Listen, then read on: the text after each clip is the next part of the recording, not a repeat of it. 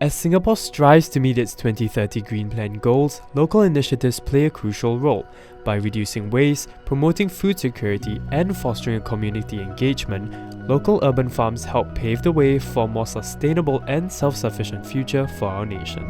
Join us as we head down to a local urban farm to find out more about their initiatives.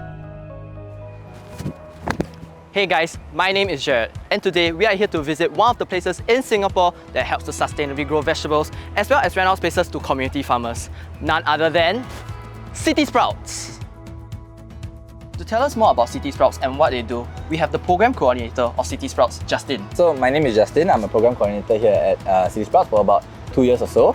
Our main aim in City Sprouts is to actually spread the message on sustainability through our workshops, our activities, events, farmers markets, happening not just in Henderson itself, but in our various locations and also nationwide. Okay, so the main concept of City Sprouts was to bring people closer to their food source. So we want to show people that we can optimize our spaces to grow our edibles required for our population, and we all know that Singapore doesn't have enough spaces, correct? So we cannot grow all our edibles, our rice, our vegetables properly without importing them.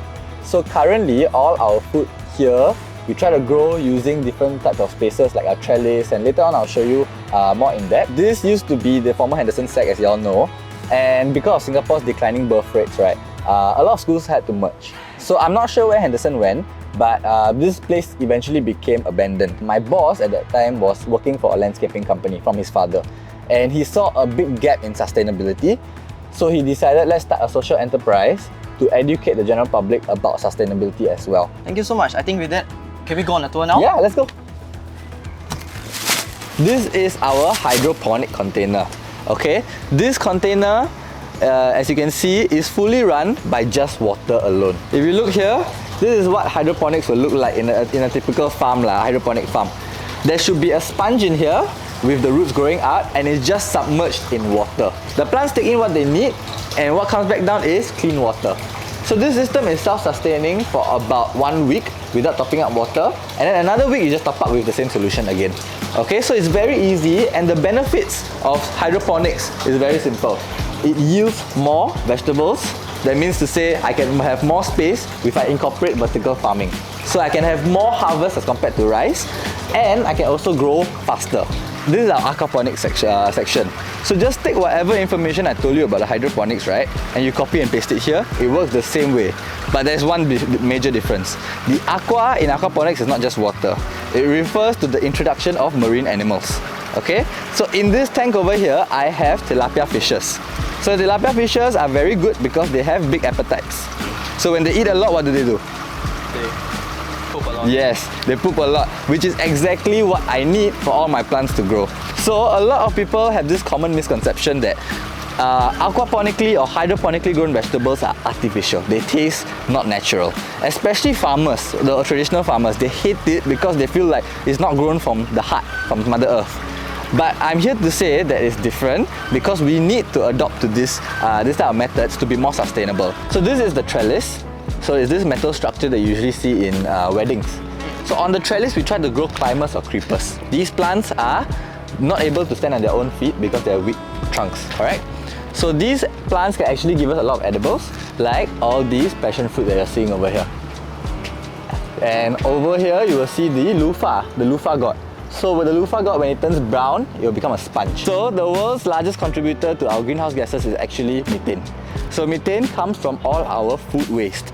Alright, but did you know that in Singapore alone last year, we wasted about 600 million kilograms of food? So that's a lot of waste, alright? That's about 55,000 double-decker buses, which I don't think we have in Singapore, right? And that's just food waste. Think about all your other waste, excluding that. 600 million is not a small amount. So one way we try to manage our food waste here, right, after our farm-to-table activities, we put them in this guy called a biodigester. So this biodigester has enzymes and bacteria present in your stomach. Okay, so we took all that juices, replicated it, and we put it in this bag. So what happens when we cannot finish our lunch in City Sprouts, or when we finish our farm to table with food waste? We put them into this hole over here, and after that, the food waste will be broken down in 24 hours.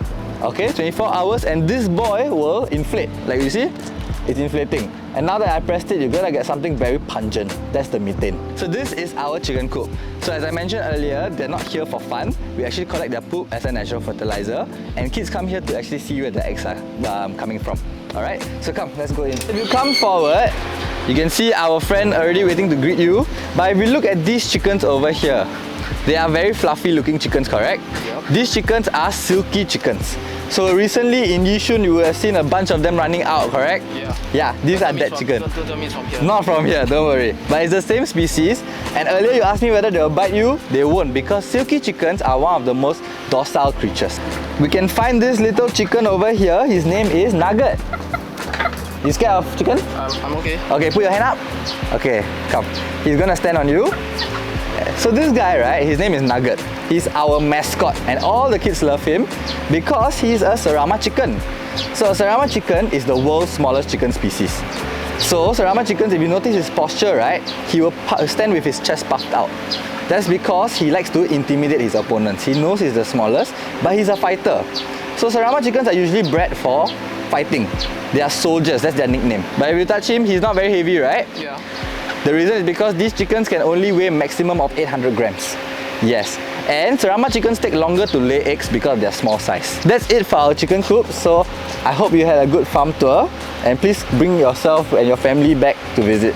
So like what you mentioned earlier, yeah, we are always welcome to have people come over to our farm to learn more about sustainability. People have this conception that it's not easy to learn about urban farming and etc. But over here, we are more than we love to have people over here to learn and get the knowledge from us to impart to others. So I hope that you will take this knowledge today to go home, share with your friends and family, and also take some lifestyle habits of your own. Through our visit to City Sprouts, we've seen how urban farming can boost sustainability in Singapore. From transforming the former Henderson Secondary School into an urban farm to offering workshops powered by methane from food waste, City Sprouts is advancing food security and zero waste initiatives. These efforts are vital as we work towards the Singapore 2030 Green Plan goals.